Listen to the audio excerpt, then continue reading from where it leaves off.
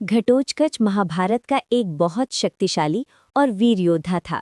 वो पांडवों में से भीम और राक्षसी राजकुमारी हिडिंबा का पुत्र था। उसकी कहानी साहस, बलिदान और युद्ध कौशल से भरी हुई है। जब पांडव वनवास में थे तब वे एक जंगल में पहुंचे जहां हिडिंब नाम का राक्षस रहता था। उसने अपनी बहन हिडिंबा को पांडवों को पकड़ने भेजा, लेकिन हिडिंबा को भीम से प्रेम हो गया। बाद में भीम और हिडिंबा का विवाह हुआ और उनसे एक पुत्र पैदा हुआ, घटोत्कच। उसका नाम इसलिए पड़ा क्योंकि उसका सिर घड़े यानी घट जैसा गोल और बाल रहित था।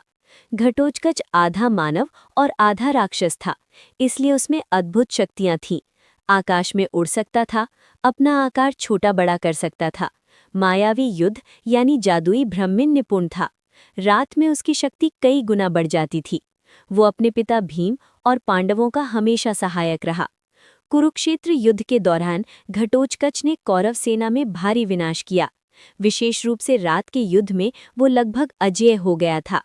उसकी मायावी शक्तियों से कौरव सेना डर गई थी और कई बड़े योद्धाओं से रोक नहीं पा रहे थे।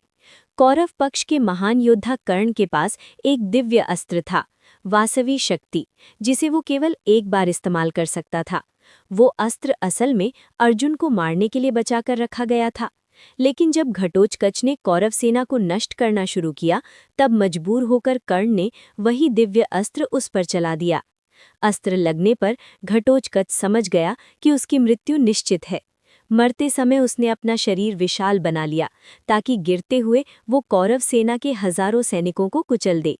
इस तरह उसने अपने प्राण देकर पांडवों को बचाया, क्योंकि अब कर्ण के पास अर्जुन को मारने वाला दिव्य अस्त्र नहीं बचा था। घटोत्कच का बलिदान महाभारत युद्ध का एक निर्णायक मोड़ माना जाता है। उसकी मृत्यु से पांडवों की विजय का मार्ग